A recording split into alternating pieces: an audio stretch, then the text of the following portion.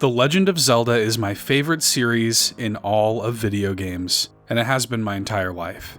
My first memory of being alive is playing the first game with my Uncle Aaron, watching as he uncovered secrets, begging him to use the bombs more frequently and blow up more walls, even though I think I was kind of blissfully unaware of the game's, bomb economy back then. I was a stupid kid. The Legend of Zelda is my constant. If you're a Lost fan, you know what I mean by that. It's always been there for me. I've never known a life without The Legend of Zelda in it. And while I certainly love all of the same things about it that you probably do, my favorite thing by far about the Zelda series is the many ways in which it comments on the experience of being human. Childhood, growing up, unwillingness to let go of the past, loneliness, love, death, triumph, destruction, connection. And now we have Tears of the Kingdom, which was released to near universal acclaim. The game's amazing. It is, in my opinion, the most impressive game that Nintendo has ever produced. But for me, what makes it truly special all goes back to being human. I'm going to take this moment to issue a quick spoiler warning for people who have not yet played Tears of the Kingdom and don't want to see or hear anything that could potentially spoil the game for them. This video is not for you. Spoiler alert. Turn back now. You have been warned, so don't be mad if I inadvertently spoil something for you. I'm not going to get into, crazy story specifics and spoilers. I more so want to talk about the themes of the game, but again, you have been warned. Okay, let's get into it. Tears of the Kingdom picks up some years after the events of Breath of the Wild, after Link and Zelda sealed away Calamity Ganon and saved Hyrule from its second great calamity.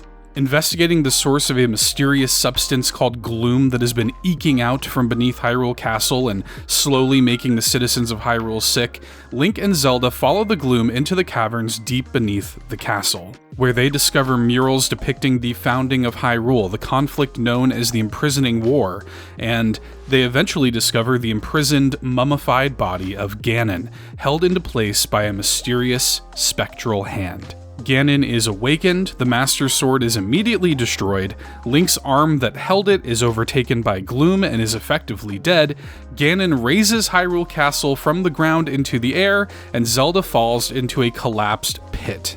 Link jumps in after her, his arm outstretched, desperate to grab her and save her, but he isn't able to.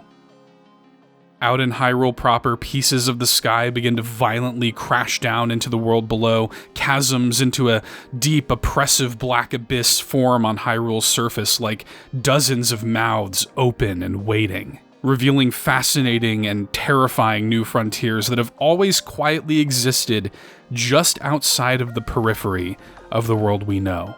These are the opening events of Tears of the Kingdom. This is the upheaval.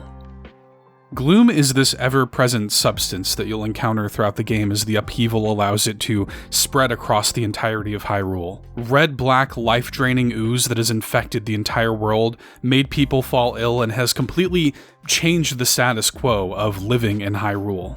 This probably sounds a bit familiar. The parallels to the worldwide pandemic that we all experienced are obvious. And Tears of the Kingdom would be first revealed at E3 2019, just months before our real world's own upheaval would be taking place in early 2020. While the game was already in active development at this time, and many of the elements of the intro sequence can be found in that first reveal trailer, it's hard for me not to imagine that the content and themes of Tears of the Kingdom during its long development was strongly influenced by the people making it during this horrible and challenging time for us all. We all remember the COVID-19 disclaimers that Nintendo began putting in front of their presentations. These were still used as recently as the February Nintendo Direct from 2023. Nintendo doesn't often afford themselves or their development staff the time to comment on stuff like this, but the pandemic changed everything. For everyone, nobody avoided it and got out unscathed, not even Nintendo. And to me, Tears of the Kingdom is a brilliant example of commentative art illustrating the human experience of living through this pandemic, this tragedy. And so Gloom is certainly a major piece of this, but the game also has these themes of hope and rebuilding and connection woven throughout all of it. One of my favorite things in video games is when the mechanics feel like a cohesive pairing to the narrative, and Tears of the Kingdom, for me, does this beautifully. Yes, the new Ultra Hand and Fuse abilities are really cool and offer a magical how-did-they-pull-this-off toy box that allows everything from flaming penis robots to Korok torture devices. But these mechanics to build and help rebuild Hyrule also perfectly and intentionally mirror the themes of the game. There's construction happening all over the world. People have been displaced from their homes. Communities need help rebuilding and getting their footing back. But what you'll notice is that the people of Hyrule are hopeful in the face of upheaval and in the face of gloom. They are ready and they are willing to take up arms and fight back. They're willing to put in the work to rebuild Hyrule together. No matter how heroic and awesome Link is, no matter how many Gleeoks or Lynels he fights, he can't snap his fingers and make the upheaval go away. He and Zelda can and do go through what it takes to destroy Ganon and save the world, but they can't fix this all by themselves. Hyrule won't be rebuilt just by Link and Zelda. Hyrule will be rebuilt by its hopeful and headstrong citizens that have chosen to join forces and reclaim this world together. Imagine if the real world could say the same. It goes another layer even deeper than that, though. While the people in Hyrule aren't exactly social distancing or wearing face masks, at least not most of them, the game also manages to comment on the modern starvation for human connection in the wake of the global pandemic.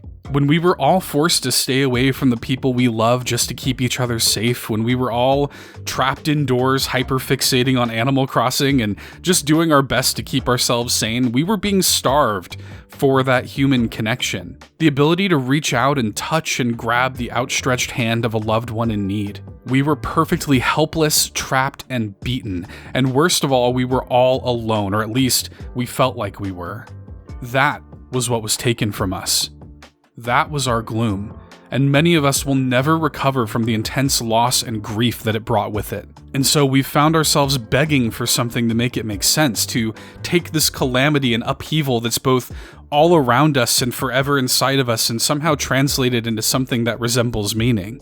Maybe some of us found the opportunity to take that pain and grief and found the power to be that meaning for someone else. We build, we create. Maybe it's as simple as a podcast or a drawing or a blog or a song or a YouTube video or anything. Or maybe it's as grandiose as a megaton entry in the most legendary video game franchise of all time, made by hundreds of artists looking for their art to escape into and to create a place for us, their players, to escape into as well. A window into a world stricken by a very similar grief to our own, but a snapshot of that world through a hopeful lens that offers warm respite in the depths of our all-consuming blackness. Tears of the Kingdom asks us to consider how we respond to grief, because we don't get to choose if we have grief or not. It crashed down upon us from the sky. It opened the very earth from underneath our feet and swallowed us whole, but it's ours now. We will always be able to reach into our pockets and feel that it's still there. And even if this grief is the thing that connects us, isn't it a wonderful thing to connect it all? Some of my favorite moments in Tears of the Kingdom are just helping some parents cope with their daughter growing up. Rebuilding a community from the ashes, getting the band back together. This is the experience of being human, of choosing how we live with our grief and choosing how we help each other through it. In a sad, strange, beautiful way, grief is the thing that we all share in this moment, and it can connect us all if we let it. I said earlier that these things were intentional, and I meant it. It's interesting to read interviews with the development team of Tears of the Kingdom and hearing their take on some of this stuff. In some of the pre-release Ask the Developer materials that I highly recommend that you read, I'll link to it in the video description. It's very well worth the read. Many of the developers commented on the theme of connection in the game. The game's director Hidemaru Fujibayashi says, quote, "Titles in the Legend of Zelda series intertwine all of the elements of gameplay, mechanics, and story and combine them all into a single game. For this title, we chose hands as the key theme to bring them all together. For example, abilities that Link uses to solve puzzles are all released from his hand and arm. We even included this symbolically in the game's mechanics, such as having scenes that use hands when opening special doors. This hands theme also crops up here and there as a key element as the story develops." End quote. One of the game's composers, Hajime Wakai, said, quote, "We also express the hands theme by implementing hand claps and such in the game's music." End quote. I mean, that's how deeply this team considers the theming of this game. Zelda series producer Eiji Aonuma chimes in saying, quote, "Well, simply put, hands expresses the idea of connecting. This applies to the story too, which connects to Hyrule's past. It also talks about a major struggle called the Imprisoning War, which until now is considered a myth even in Hyrule." End quote. To which Fujibayashi responds, "And the protagonist's name is Link, after all." Link. The main character of this franchise. The legendary swordsman, the hero of time. Depending on the Shigeru Miyamoto quote or interview you read, you'll hear him say either that the character was named Link because he's a link to the player, or you might read that it's because he links people together. I don't think these things are mutually exclusive. I think all of these things are probably true, and all of these things can illustrate what truly makes The Legend of Zelda special. These are games about the way we link together, ultimately, in ways big and small. No matter how different we all are, there's something raw and painful about the experience of being human that means that we're also incredibly alike in our shared experience in this life. So while I love Tears of the Kingdom and Zelda in general for the art and the music and the game design and the sense of adventure and puzzles and exploration, what I love about it the most is that it makes me appreciate that connection. And it makes me stop and appreciate just being human. How strange and wonderful and impossible and beautiful it is to be here with you, being anything at all. Thanks for watching.